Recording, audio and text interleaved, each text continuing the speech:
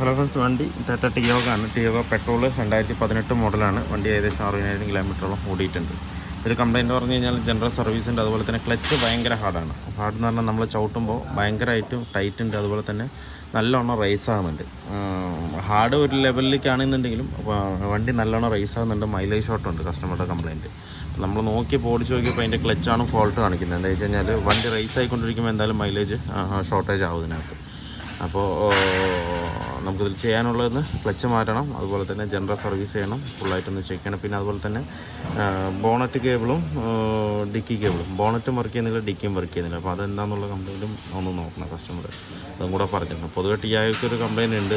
നമ്മൾ ക്ലച്ച് ചവിട്ടി വിടുമ്പോൾ ഒരു കിടക്കുന്നൊരു സൗണ്ട് വരുന്നുണ്ട്. പക്ഷേ ആ ഒരു കംപ്ലയിൻ്റ് അല്ല, ആ കംപ്ലയിൻ്റ് ഇതിനകത്തില്ല, പൊതുവേ ഉള്ള കംപ്ലയിൻ്റാണത്. ഇതിൽ ക്ലച്ച് നല്ലോണം റൈസ് ആകുന്നുണ്ട്. അപ്പോൾ അത് നമുക്ക് എന്താണെന്നുള്ളതൊന്ന് ചെക്ക് ചെയ്യണം. നമ്മളിപ്പോൾ ഗിയർ ബോക്സ് ഇളക്കിക്കൊണ്ടിരിക്കുന്നുണ്ട്.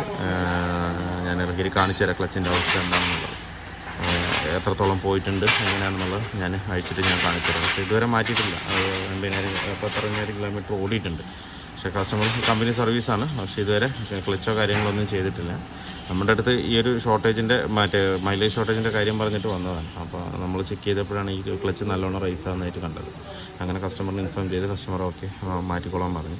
അപ്പോൾ എന്തായാലും നമ്മൾ അഴിച്ചിട്ട് ഞാൻ കാണിച്ചു തരാം ക്ലച്ചിൻ്റെ അവസ്ഥ എത്രത്തോളം ആയിട്ടുണ്ട് എന്നുള്ളത്. അപ്പോൾ ഗിയർ ബോക്സ് കംപ്ലീറ്റ് ആയിട്ട് ഇളക്കിയിട്ടുണ്ട്. ക്ലച്ച് ഇളക്കി വെച്ചിട്ടുണ്ട്. ഇപ്പോൾ അവിടെ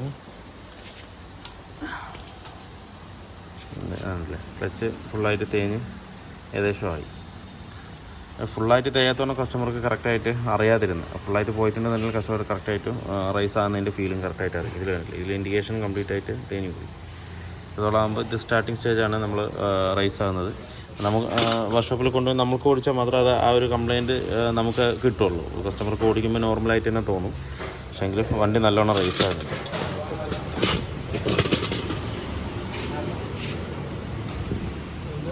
നമുക്ക് ഫുൾ സെറ്റായിട്ട് തന്നെ ഇതിനകത്ത് മാറ്റാം.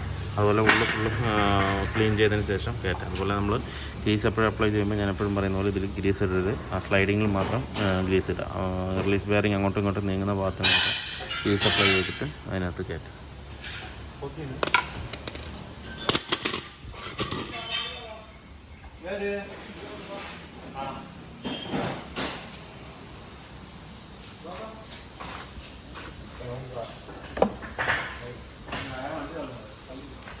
അപ്പോൾ ഇതാണിപ്പോൾ ടിയാഗോയുടെ ക്ലച്ച് സെറ്റിൻ്റെ റേറ്റ് വരുന്നത്.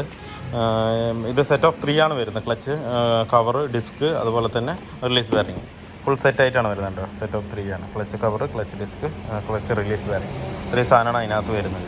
ഏകദേശം റേറ്റ് 4,236 രൂപ വരുന്നുണ്ട് ഫുൾ സെറ്റിന്. ടിയാഗോയ്ക്ക് മെയിൻ ഒരു കംപ്ലയിൻ്റാണ് ഈ ക്ലച്ചിൻ്റെ പ്രശ്നം. എന്താ വെച്ച് കഴിഞ്ഞാൽ കാലെടുക്കുമ്പോൾ ഒരു കിടക്കുന്ന ഒരു സൗണ്ട്, ഒരു വൈബ്രേഷൻ. എല്ലാ ടിയാഗോയ്ക്കും ഈ ഒരു കംപ്ലയിൻറ്റ് നമുക്ക് കസ്റ്റമർ പറയാറുണ്ട്. നമ്മൾ ക്ലച്ച് മാറ്റിയാലും ചിലപ്പോൾ അത് കംപ്ലയിൻറ്റ് ശരിയാവണമെന്നില്ല, 100% ശരിയാവണമെന്നില്ല. അത് മാനുഫാക്ചറിങ് ഡിഫക്റ്റ് കൊണ്ട് വരുന്നതാണ്. അത് ശരിക്കും എന്ന് പറഞ്ഞു കഴിഞ്ഞാൽ എവിടെ നിന്നാണ് കംപ്ലയിൻറ്റ് വരുന്നത് നടക്കും ഇതുവരെ കറക്റ്റായിട്ട് ഡയഗ്നോസ് ചെയ്യാൻ പറ്റില്ല. ഓരോ വണ്ടി വരുമ്പോൾ നമ്മൾ ചെക്ക് ചെയ്ത് വിടുന്നുണ്ട്, പക്ഷേ കംപ്ലയിൻറ്റ് ശരിയാകുന്നില്ല. പക്ഷേ ഇത് വന്നത് മൈലേജ് കംപ്ലയിൻ്റ് ആയിട്ടാണ് നമ്മൾ എടുത്തതും. അതുപോലെ തന്നെ സർവീസും ഉണ്ടായിരുന്നു. അങ്ങനെ ചെക്ക് ചെയ്തപ്പോഴാണ് ഇതിൻ്റെ ക്ലച്ച് ഫുള്ളായിട്ട് കംപ്ലീറ്റ് ആയിട്ട് പോയിട്ടുണ്ടെന്ന് മനസ്സിലായത്. പിന്നെ നമ്മൾ ക്ലച്ച് സെറ്റ് ഞാൻ കാണിച്ചു തന്നല്ലോ. ക്ലച്ച് സെറ്റ് കംപ്ലീറ്റും ഇതിനകത്ത് മാറ്റിയിട്ടുണ്ട്. ഫുൾ സെറ്റ് തന്നെ മാറ്റിയിട്ടുണ്ട്. അതുപോലെ തന്നെ ക്ലച്ച് കേബിൾ മാറ്റിയിട്ടുണ്ട്. ക്ലച്ച് കേബിളിന് ഏകദേശം നമുക്ക് 600 ചില്ലാൻ രൂപയോളം റേറ്റ് വരുന്നുണ്ട്. 625 രൂപയും കണ്ടിട്ടുണ്ട്. ക്ലച്ച് കേബിൾ അതും ടാറ്റയുടെ OE തന്നെയാണ്. 676 രൂപ റേറ്റ് വരുന്നുണ്ട് ക്ലച്ച് കേബിളിന്. അപ്പോൾ സെറ്റ് ഓഫ് നമ്മൾ കംപ്ലീറ്റും മാറ്റിയിട്ടുണ്ട് ക്ലച്ചിൻ്റെ. അങ്ങനെ ചെയ്യുമ്പോൾ തന്നെ ക്ലച്ച് നമുക്ക് ഒരു പ്രത്യേക ഫീൽ ഉണ്ടാവുള്ളൂ. ചവിട്ടുമ്പോഴും അതുപോലെ തന്നെ നമുക്ക് എടുത്തിട്ട് പോകുമ്പോഴും ഒക്കെ ഒരു ഫീൽ കിട്ടുള്ളൂ. നമുക്ക് ക്ലച്ച് കംപ്ലീറ്റ് ആയിട്ട് വർക്ക് ചെയ്യണം എപ്പോഴും. ഈ കേബിൾ ബെൻഡിങ് വെച്ച്, ഇല്ലാന്നുണ്ടെങ്കിൽ പ്രഷർ പ്ലേറ്റ് ബെൻഡിങ് വെച്ച്, റിലീസ് ബെയറിംഗ് ബെൻഡിങ് വെച്ച്, ഇങ്ങനെ പകുതി വെച്ച് ചെയ്യുമ്പോഴാണ് നമുക്ക് ബുദ്ധിമുട്ട് വരുന്നത്. ഫുൾ സെറ്റ് കംപ്ലീറ്റ് മാറ്റി വിട്ട് കഴിഞ്ഞ് കഴിഞ്ഞാൽ നോ ടെൻഷൻ. അത് പിന്നെ ആ ഭാഗം നമുക്ക് നോക്കേണ്ട ആവശ്യമില്ല, കറക്റ്റായിരിക്കും. നമുക്ക് വണ്ടി ഓടിക്കുകയാണെങ്കിലും ശരി, അതുപോലെ തന്നെ പെർഫോമൻസിലാണെങ്കിലും ശരി, മൈലേജിനാണെങ്കിലും ശരി, എല്ലാം പക്കയായിരിക്കും.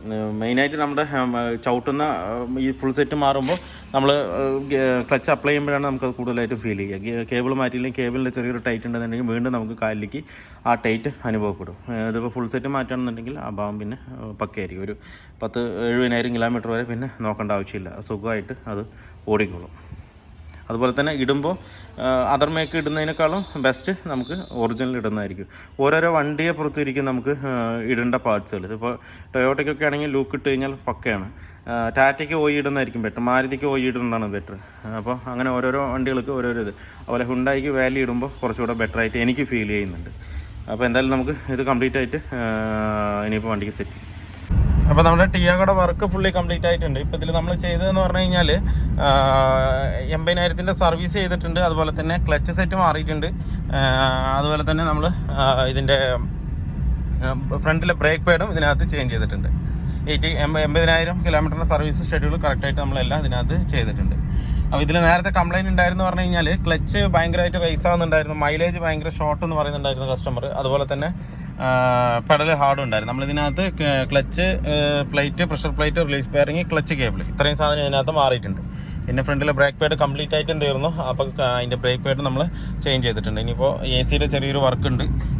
AC കൂളിംഗ് കുറവും അതുപോലെ തന്നെ എയർ ഫ്ലോ കുറവാണ്. എനിക്ക് തോന്നുന്നു ഫിൽറ്ററിൻ്റെ ബ്ലോക്ക് പോലെയാണ് തോന്നുന്നത്. അപ്പോൾ നമുക്ക് ഇവാപറേറ്റർ ഒന്ന് അഴിച്ച് ക്ലീൻ ചെയ്യാൻ പറയുന്നുണ്ട് കസ്റ്റമർ. എന്താ വെച്ച് കഴിഞ്ഞാൽ മണ്ണിൻ്റെ ഒരു സ്മെല്ല് വരുന്നുണ്ടെന്ന് പറഞ്ഞു. അപ്പോൾ അത് നമ്മൾ ചെയ്ത് മറ്റേ AC ഫിൽറ്റർ നമ്മളൊന്ന് അഴിച്ച് ക്ലീൻ ചെയ്ത് സെറ്റാക്കാം. അപ്പോൾ തന്നെ ഏകദേശം ആ എയർ ഫ്ലോ കറക്റ്റായിട്ട് ഇതിനകത്ത് വരും. ഇപ്പോൾ എയർ ഫ്ലോ ഭയങ്കര കുറവാണ്.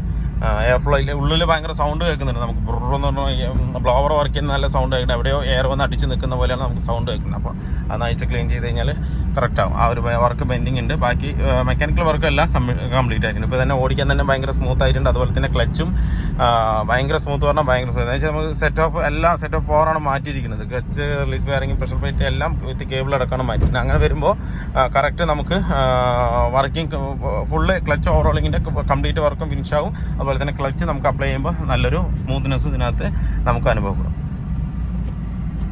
അതുപോലെ തന്നെ നേരത്തെ ക്ലച്ച് റേസ് ആകുന്ന കംപ്ലയിൻറ്റ് നല്ലോണം ഉണ്ടായിരുന്നു. തേർഡ് ഗിയറിലൊക്കെ കിട്ടുന്ന ഒരു അമർത്തി കഴിഞ്ഞ് കഴിഞ്ഞാൽ വണ്ടി എൻജിൻ സൗണ്ട് അല്ലാതെ വണ്ടി നീങ്ങാൻ കുറച്ച് കുറവാണ്. ഇപ്പോൾ ആ ഒരു കംപ്ലയിൻറ്റും കംപ്ലീറ്റ് ആയിട്ട് അതിനകത്ത് സോൾവ് ആയിട്ടുണ്ട്.